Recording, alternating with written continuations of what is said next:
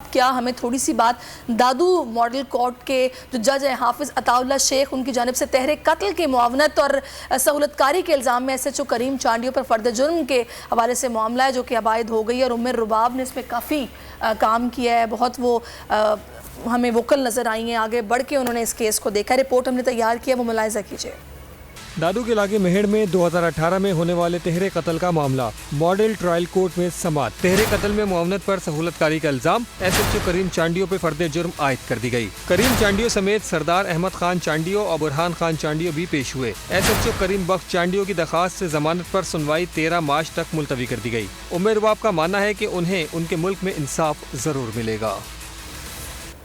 जी, आपने रिपोर्ट मुलाहिज़ा की। उम्र रुबाब सिंध की बेटी जो कि इंसाफ की मुतलाशी हैं और किसी तौर वो पीछे हटने को तैयार नहीं है। सबसे पहले हम उनसे बात करते हैं। बहुत शुक्रिया उम्र रुबाब आपके वक्त का। बताइएगा कि मॉडल ट्रायल कोर्ट में SHO करीम चांडियो पर फर्द जुर्म आयद होना आपके लिए इत्मीनान बख्श होगा यकीनी तौर पर, कि आपको इंसाफ होता दिखाई दे रहा है?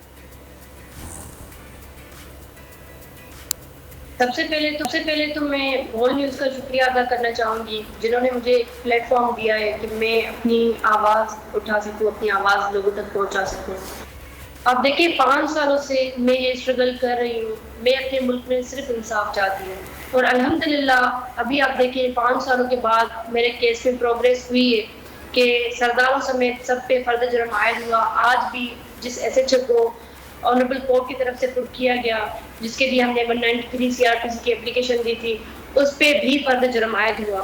इसका मतलब यही है कि हमारे FIR को स्ट्रेंथन किया गया और अल्हम्दुलिल्लाह ये एक अच्छी प्रोग्रेस है। अब देखिए, मैं जो स्ट्रगल कर रही हूँ, आप इत्मीनान की अगर बात कर रहे हैं तो मुझे इत्मीनान तब होगा जब मेरे वालिद, मेरे दादा, आज जो अदालत की तरफ से ये फैसला हुआ है इसमें सिंध के मजलूमों की उम्मीदें बढ़ी हैं। अच्छा रुबाब, मॉडल ट्रायल कोर्ट में करीम चांडियो समेत सरदार अहमद खान चांडियो और बुरहान खान चांडियो भी पेश हुए हैं। इस पर मकामी पुलिस ने आपको घर पर नजरबंद तो नहीं किया जैसा पहले हुआ था?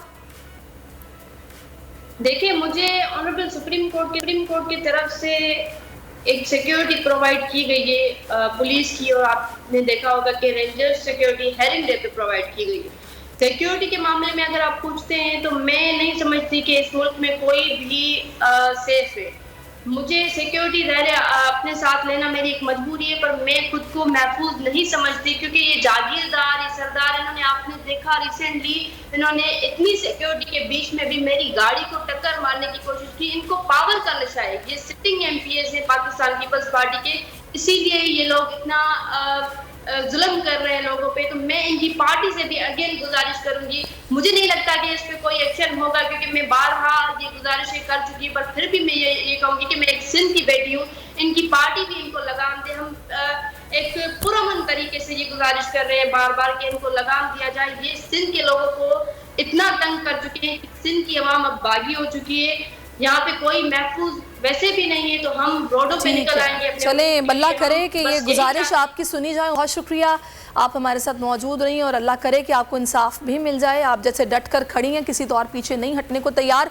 बोल के खिलाफ साजिश हुई, न गवाह मिला न सबूत, लेकिन केस में अब तक बरियत क्यों ना हुई? जब मुद्दई और तफ्तीशी खुद एतराफ कर चुका है कि कभी कोई जुर्म हुआ ही नहीं, तो केस में बरियत क्यों नहीं हुई? बोल अपील करता है कि केस अवाम के सामने सुना जाए ताकि अवाम भी जान सकें कि बोल के साथ क्या हो रहा है। जिंदगी एक मैदान है और PSL 8 में हर टीम को छूना आसमान है। 6 टीमों के बीच धुआंधार लड़ाई। ये शोर न लड़ाई का है न डर का, ये शोर है जीत का, ये शोर है जुनून का। खेल का जुनून रोजाना रात 11 बजे सिर्फ बोल न्यूज पर।